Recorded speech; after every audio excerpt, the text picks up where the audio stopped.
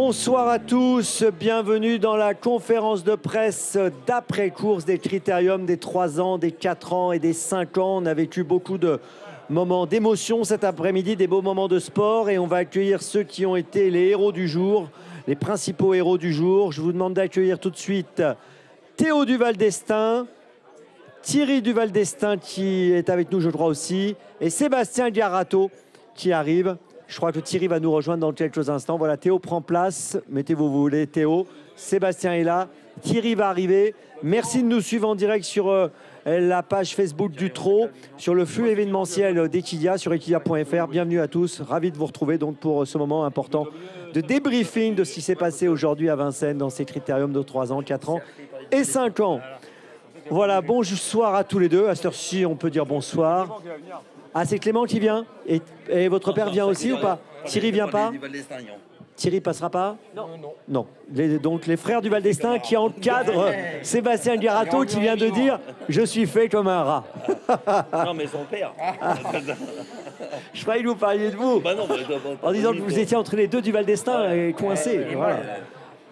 Alors, il faut bien prendre votre micro, me dit-on. Allez-y, voilà. Bon, écoutez, ravi que vous soyez là. Moi, déjà, avant toute chose, avant de commencer, il y a beaucoup de monde ici. Je demande des applaudissements pour les vainqueurs du jour. Voilà. Et ils le méritent. Là, je vous sens un petit peu mou. Hein. Je pense qu'on peut faire plus fort. Faites du bruit. Voilà, c'est mieux. Bon, quand même. Bon, voilà, écoutez, on va démarrer. Notre public est là, il est chaud. Et j'espère que vous aussi, chez vous, vous êtes prêts à écouter tout ce qui s'est passé aujourd'hui. Il s'est passé beaucoup de choses. On va prendre les critériums dans l'ordre du programme et on va démarrer donc avec le critérium des 4 ans. Vous aviez aussi un partant, Sébastien, même si vous n'avez pas gagné. On va en parler, mais tout d'abord, on va regarder les 500 derniers mètres de la course. Qui avait rendu beaucoup de terrain et qui fait un bout rapide en haut de la montée pour rejoindre bientôt Lancier du Goutier, Elisa Josselin. Lancier du Goutier, Live to Tell, on commence à actionner les chevaux là et la bagarre commence en tête de course. Ah mais c'est trop dur pour Lisa Josselin qui a été contrée, qui a du mal. Ah, ça va être très compliqué pour Lisa Josselin. Lancier du Goutier reste en tête avec Live to Tell, Lara du Goutier, Lissandro est au galop, Learn to Fly est encore là et va tenter de jouer un bon rôle. Lancier du Goutier qui repart pour l'instant avec en deuxième position Live to Tell qui lutte avec Lara du Goutier, avec Learn to Fly qui vient ensuite, mais devant il s'est sauvé. Lancier du Goutier qui a pris plusieurs longueurs d'avance à l'entrée de la ligne droite. Lancier du Goutier qui compte 2 longueurs d'avance à l'entrée de la ligne droite avec Live to Tell qui lutte ensuite avec Lara du Goutier, Learn to Fly qui termine bien également en retrait avec Lovino Bello. Mais Lancier du Goutier a toujours nettement l'avantage dans les 100 derniers mètres. Lombok-Gel enclenche maintenant tout à l'extérieur avec Learn to Fly. Lovino Bello également qui revient. Lancier du Goutier aux abords du poteau qui va résister aux attaques à moins qu'on ne revienne sur lui. Lancier du Goutier qui semble l'emporter. Incroyable fin de course de Lovino Bello, Lombok-Gel et Learn to Fly. Voilà, quelle arrivée! Superbe, j'ai dit quelle arrivée à chaud, je dis encore quelle arrivée ici, superbe finale. C'est vrai, et là je me tourne tout de suite vers vous, Théo, vous abordez la ligne droite avec un net avantage et puis on voit les autres qui reviennent. Comment vous avez vécu cette ligne droite? Eh bien oui, la route elle a été longue et à mes lignes droites jusqu'au poteau, ça a été long pour moi et pour le cheval et il était temps que ça se finisse parce que s'il y avait 10 mètres de plus, on aurait été 3e.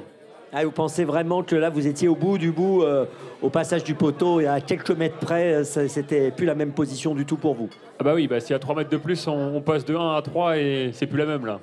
Parlons de... Bon là, vous avez répondu sur la ligne d'arrivée. Parlons du début de parcours. Comment ça s'est passé pour vous en début de parcours? Parce qu'il y a eu ce fait de course assez incroyable au tout début de la course avec Lisa Josselin et Laure Dugers qui se sont accrochés. C'est le truc qu'on ne pouvait pas imaginer. Vous avez... compris ce qui s'était passé derrière vous assez vite? Vous avez compris ce qui s'était passé cela entre les deux Bazirs ou vous avez découvert ça après la course? Eh ben non, pas du tout. Moi, je suis parti en dehors et je lui ai demandé de démarrer fort et du coup, j'ai pas du tout vu que les deux Bazirs s'étaient accrochés. Et du coup, j'étais pas au courant et à mi-course, je me suis retourné et j'ai vu Lisa Josselin 3e à 2, mais je savais pas comment elle était arrivée là. Ouais. J'étais pas au courant qu'elle avait perdu beaucoup de terrain en partant. Et vous, concernant votre parcours, racontez-nous un peu comment ça s'est passé. C'était tel que vous l'imaginiez au départ? Eh non. Je pensais pas que j'allais partir aussi bien. Ah, donc forcément, j'avais pas prévu de prendre la tête dès le départ. J'avais prévu de prendre la tête en pleine, plutôt. Mais voilà, ça se passe jamais comme dans les plans et j'étais très content d'être en tête devant les tribunes. Alors comment vous avez géré justement ça, une fois que vous étiez devant, comment vous avez géré votre situation? Et bah, mon cheval était un petit peu tendu, le défilé l'a mis un petit peu en route. Il était un petit peu tendu et voilà, fallait pas qu'il s'use trop sur le mort. Et en montant, il s'est mis un peu en route. Donc dans le dernier tournant, j'ai laissé dérouler. Et bah, pour finir, c'était long, hein, comme on a vu sur les images, mais ça l'a fait, donc c'est le principal. Voilà, là, on voit encore des images de la course actuellement. Je viens avec vous un instant, Sébastien. Vous aviez dans la course Light My Fire, qui lui, a priori, est parti au galop, c'est ça? Au galop, ouais. Il est parti 3 à la corde et puis au galop. Ouais, ça arrive jamais, mais bon, il est parti au galop. Là. Ouais, rien à dire. Bon, ça, c'est toujours décevant quand ça se passe comme ça. Après, on ne courait pas pour gagner, hein, on courait pour être au mieux 5e. Voilà. Ouais. Donc, il n'y a pas trop de déception. Clément, pendant que Théo était en piste, vous étiez où? J'étais où aux écuries. Vous suiviez ça aux écuries? Place fétiche ou pas? Non, on avait pas mal de partants. Il y avait Mystic Sonato à repréparer, Mac de Blary, donc j'étais un peu partout. Quel a été votre sentiment pendant la course concernant la position de votre frère, quand justement il s'est retrouvé de bonne heure en tête? L'incident de course au début nous a quand même fortement avantagé, on va dire. Ça fait partie du sport, mais ça nous a avantagé. Parce que c'était la concurrente plus ou moins directe à Lancier, donc déjà ça a enlevé un poids, on va dire. Et puis après, Théo, il a bien géré, hein. Il connaît son cheval. Je pense que j'aurais fait plus ou moins pareil. Donc non, le pilote a été bon, le cheval a été bon. Tout s'est bien passé. Alors on parle aussi avec vous, Clément, on va dire que je vous fais plus parler sur Lovino Bello parce qu'on reviendra avec Théo sur son cheval. Qu'est-ce que vous avez pensé de la course de Lovino Bello? Une très grande drive d'Éric Raffin. La deuxième place, il la récupère en face quand il prend l'option de rester dans le wagon de 2.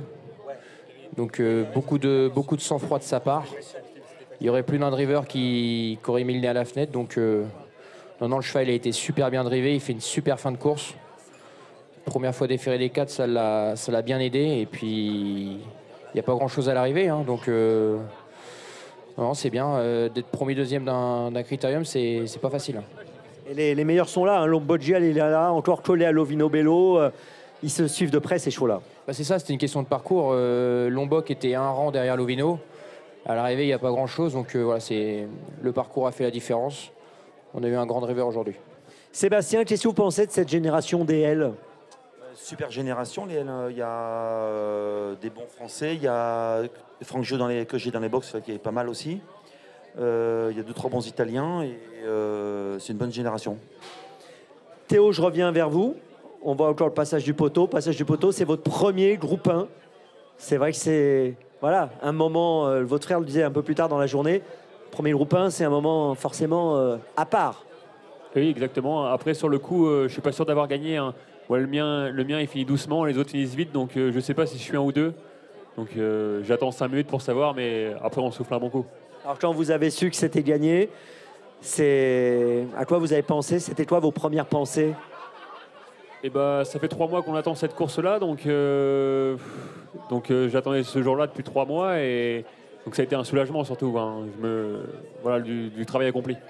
Comment vous travaillez justement, Clément, vous Théo, avec Thierry, votre père? Comment ça se passe? Comment vous répartissez les chevaux aussi? Finalement, pourquoi Théo se retrouve avec Lancier du Loutier, vous avec d'autres? Expliquez-nous, Clément, peut-être. C'est très simple, il y a une hiérarchie, c'est le patron qui commande. Puis nous, on est en dessous. Voilà, Donc c'est Thierry qui décide? Oui, voilà, c'est ça. C'est le paternel qui décide de tout. Non, ça se passe très bien. Globalement, je pense qu'on est efficace. Le système est bon, donc il faut qu'on continue comme ça, et puis ça va aller. Et il vous arrive parfois de ne pas être tout à fait d'accord avec les propositions de votre père, de faire des suggestions, d'intervenir, ou vous lui laissez la main? Le but, vu qu'on est 3, le but c'est que chacun quand même donne son avis. On est 3 cerveaux, donc le but c'est qu'on marche dans le bon sens, qu'on évolue. Maintenant, en général, on voit un peu la même chose. Hein. Et tiens, je vais m'amuser à faire quelque chose. Théo, on va faire un petit portrait croisé entre vous et Clément. Selon vous, Clément, la principale qualité de driver de Théo? Le sang-froid. Inversement, Théo, la principale qualité de driver de Clément? Il se prend pas la tête, hein. Il drive au feeling et ça va comme ça. Bon, et aujourd'hui, il nous a fait signe après la dernière, 4, hein, parce qu'on rappelle que pour l'écurie du Val d'Estaing, il y a 4 victoires aujourd'hui, les 2 critériums, plus 2 autres victoires dans la Réunion, donc une superbe journée. Ça doit vous émouvoir, vous aussi, Sébastien, de voir les frères du Val d'Estaing avec leur père, parce que vous avez un rapport très fort avec Adrien. On a vu des belles images d'Adrien qui poussait dans les tribunes, Crack Time à tout, dont on va parler tout à l'heure, et le fait de travailler avec son fils, ça doit être merveilleux. Bah oui, ça fait plaisir, des gamins comme ça qui s'investissent énormément dans l'écurie, donc ça fait toujours plaisir. Donc c'est beau à voir. Et puis après, c'est un métier dur, donc il faut être courageux, persévérant et il faut durer sur la durée, quoi. Vous avez senti très tôt qu'Adrien avait envie de s'intéresser à ça, avait envie de faire ça? Bah, au début, il a commencé avec le CSO un petit peu, puis après, d'un coup, il m'a dit tiens, je bosse avec toi. Et donc voilà, donc il travaille avec moi et ça se passe pas trop mal. Et vous, tous les deux, Clément et Théo, c'est arrivé vite, cette conviction que c'était ça que vous vouliez faire comme métier? Bon, on est né dedans, alors... Il n'y a pas eu d'hésitation avec une autre profession? Non, nous on a fait les courses de poney, nous on n'a pas fait de CSO. Ça aurait pu, mais...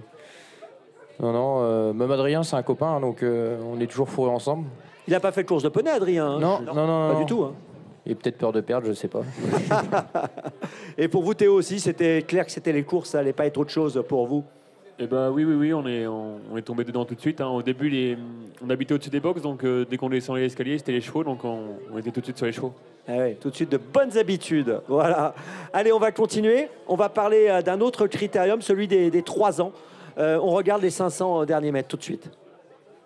Derrière eux, toujours Magnum du Choquel, Madrid au fort, un peu plus loin, Matt Manatis et Morality. Ils sont bientôt à l'intersection des pistes avec toujours Magic Knight qui mène, mais l'étoile qui est retendue à son extérieur, qui vient deuxième, Mac de Blary, troisième tout près, devant Magnum du Choquel, et puis Madrid au fort qui suit bien le mouvement devant Matt Manatis. Le tournant final pour Magic Knight qui est toujours en tête, 1000 étoiles qui est deuxième, qui couvre toujours Mac de Blary qui est bloqué à la corde. Madrid au fort qui est toujours derrière les premiers, Matt Manatis qui commence à se décaler alors qu'on durcit la course. Magic Knight est en train d'accélérer, Mac de Blary toujours un peu bloqué dans son dos et 1000 étoiles qui essaye de rester au contact. Et Magic Knight qui est le meilleur pour entrer dans la dernière ligne droite. Mac de Blary qui cherche le passage avec des ressources. Ça y est, il va pouvoir s'exprimer. Mac de Blary, Magic Knight pour la victoire dans ce critérium des 3 ans. Magic Knight garde l'avantage pour l'instant. Mac de Blary qui se lance à sa poursuite et qui vient l'inquiéter maintenant. Mac de Blary, Magic Knight à la corde. Mac de Blary de plus en plus fort à l'extérieur. Magic Knight qui ne lâche rien et qui repart même. Magic Knight l'emporte devant Mac de Blary. C'est serré ensuite. Il y a Mystic Sonato et tout près le numéro 7, Magnum du Choquel.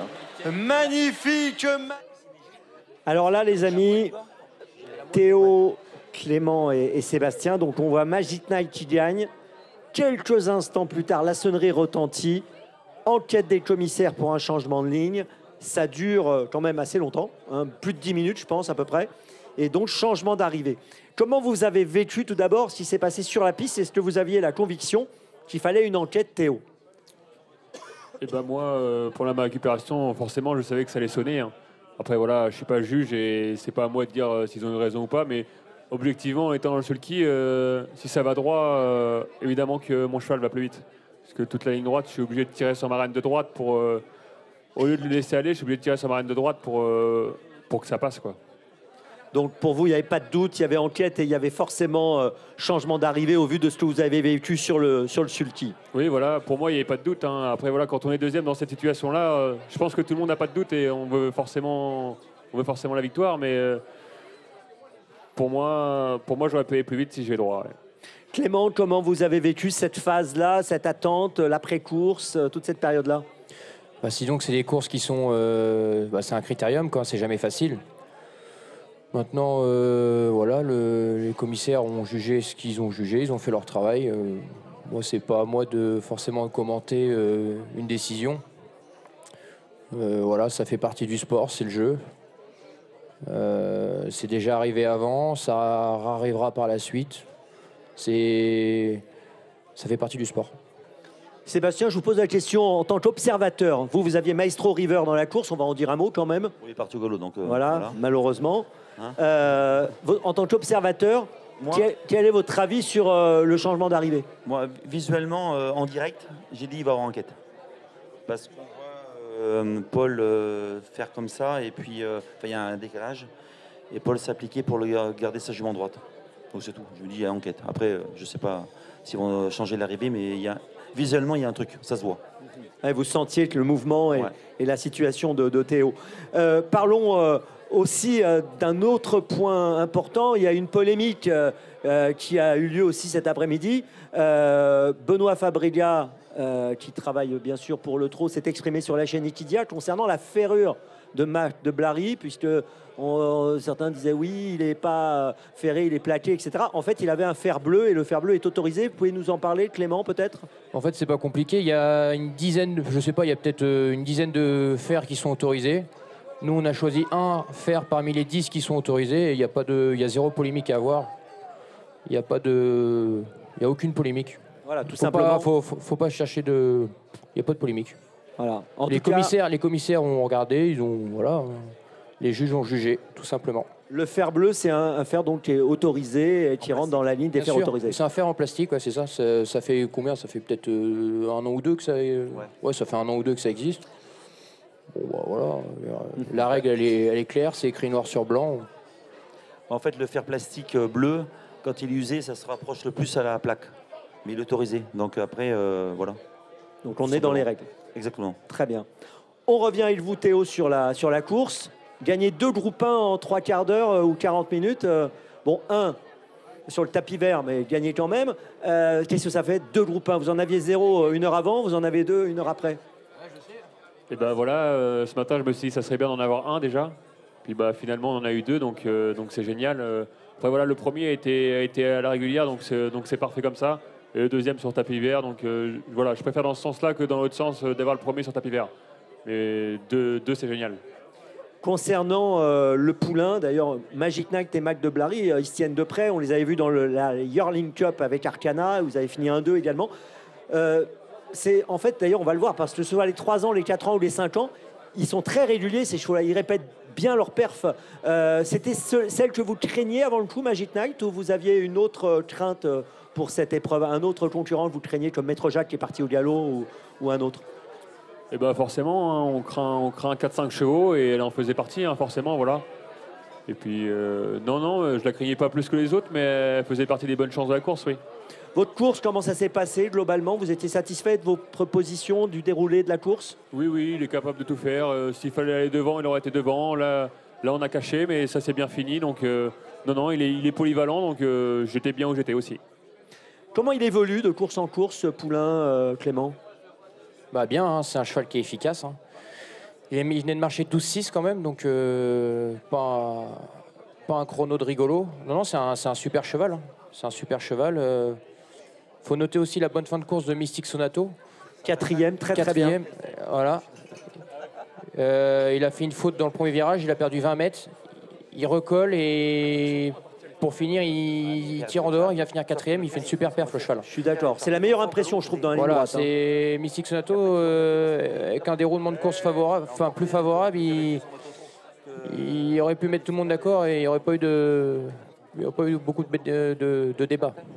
À suivre, donc, et à surveiller de près. Ouais, c'est un il super est sur la cheval. montante aussi. Ouais, super cheval. Sébastien, il y a un truc qui doit vous faire plaisir, c'est que Mac de Blary, c'est un fils de FaceTime Bourbon. Ouais. Comme Crack Time. C'est super. Bah, c'est les talons de demain. 2 critériums, 2 critériums pour FaceTime. Non, mais c'est un cheval qui a. Bon, je ne sais pas s'il va remplacer Redicache parce que Redicache, il a mis la barre haute, mais c'est un cheval aujourd'hui, c'est le meilleur étalon du moment. Au niveau même européen et au niveau français. Voilà. Ce qui a été génial d'ailleurs dernièrement, je fais une petite parenthèse, il y a une vente qui a été organisée, si je ne dis pas de bêtises, où il y avait en Italie, je crois, il y avait que des FaceTime qui Il y passaient. avait il y avait 25 de présents inscrits, il y en a 23 qui sont passés. Donc 25 FaceTime Ouais. et 23 qui sont passés. Ouais. C'était que des FaceTime qui étaient en Que vente. des FaceTime Bourbon, origine italienne, et pour un total d'1,9 million d'euros. Donc c'est bien. C'est la première fois que ça se fait, ça, une vente où il n'y a qu'un étalon qui C'est est... Antonio Soma qui a fait cette Il vente. a innové. Voilà. Non, c'est sympa, bonne idée. On revoit la phase finale pour parler aussi, je reviens avec vous Clément, de Mystic Somato. On va le voir à l'extérieur, Kazakh Orange, c'est le numéro 9, complètement à gauche. Et c'est vrai qu'il fait une course, comme vous dites, il refait pas mal de terrain. Et c'est vraiment, vraiment intéressant ce qu'il a fait aujourd'hui pour terminer 4e.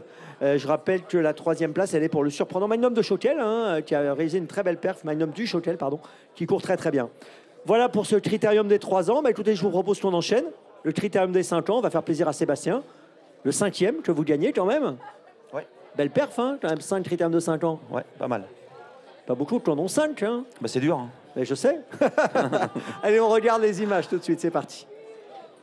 Kinwin Opéra qui commence à refaire du terrain en épaisseur. Ouais, Canto Avis qui a du mal à coller Cocktail du Dain en haut de la montée à l'intersection des pistes et Keep Going va peut-être en profiter pour reprendre un dos alors qu'il se dirige maintenant vers les 500 derniers mètres. Cocktail de Dain à l'avantage. King Opera se rapproche fort maintenant, suivi notamment par Cracktail Matou qui vient avec des ressources. Cocktail du Dain qui est sous la menace désormais des attentistes. King Opera, Cracktail Matou qui se rapproche. Keep Going est battu désormais pour la victoire. On est à mi-tournant final de ce critérium des 5 ans. Cocktail du Dain face à King Opera et juste derrière eux Cracktail Matou. Cocktail du Dain à l'entrée de la ligne droite qui va tenter de résister à King Opera qui est venu deuxième. Cracktail Matou va être relancé maintenant tout à l'extérieur. Ces trois-là qui vont s'expliquer pour la victoire. Et pour le long de la corde, c'est toujours Cocktail de Dain qui tient bon maintenant. Mais voilà à l'extérieur, Cracktail Matou qui est lancé. Cracktail Matou qui tente de prendre l'avantage sur Cocktail du Dain qui repart. Cocktail du Dain à la corde, Cracktail Matou. Cracktail Matou qui va remporter un nouveau critérium devant Cocktail du Dain.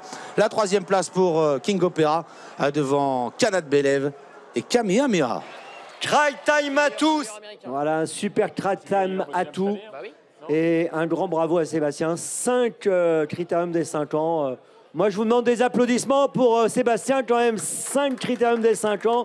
C'est une sacrée perte dans un temps quand même assez court. Hein. C'est 5 en quoi? En 10 ans 12 ans Enfin, je sais pas, ouais, 10, Prenez bien le micro. en peu de temps. 12-15 ans, ouais, peut-être. Ouais. Bon, et il y en a 2, c'est Bold Eagle, FaceTime Bourbon. C'est ça. Est-ce que celui-là, il pourrait faire aussi bien que les autres, c'était gagner l'Amérique? Bah, je pense qu'il a le. Bah, il est en dessous des deux autres, forcément, mais il a le profil un petit peu d'un cheval dur. Et c'est un cheval de groupe 1, en fait.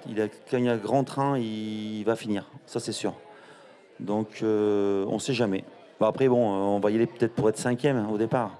Mais c'est un cheval qui a un gros potentiel.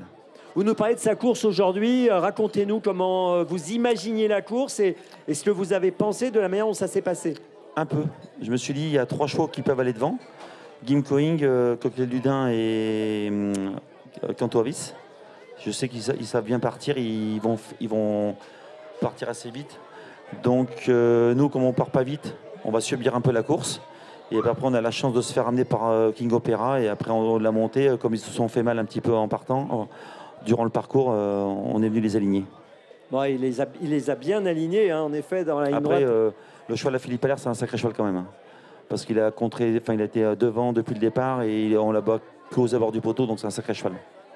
C'est vrai. Alors, ce qui est génial, quand on regarde le palmarès, j'invite tout le monde à regarder le palmarès du Critérium des 3 ans il y a 2 ans, en 2023.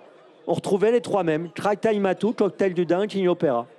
Pas dans le même ordre. Cracktail avait gagné quand même. Hein. Donc c'est assez incroyable, c'est génial. On parlait de la régularité, c'est magnifique. Ouais, nous, c'est un peu en temps de scie. C'est un cheval qui part souvent au galop. Mais quand il est à peu près bien, puis qu'on s'applique un petit peu, c'est un super cheval.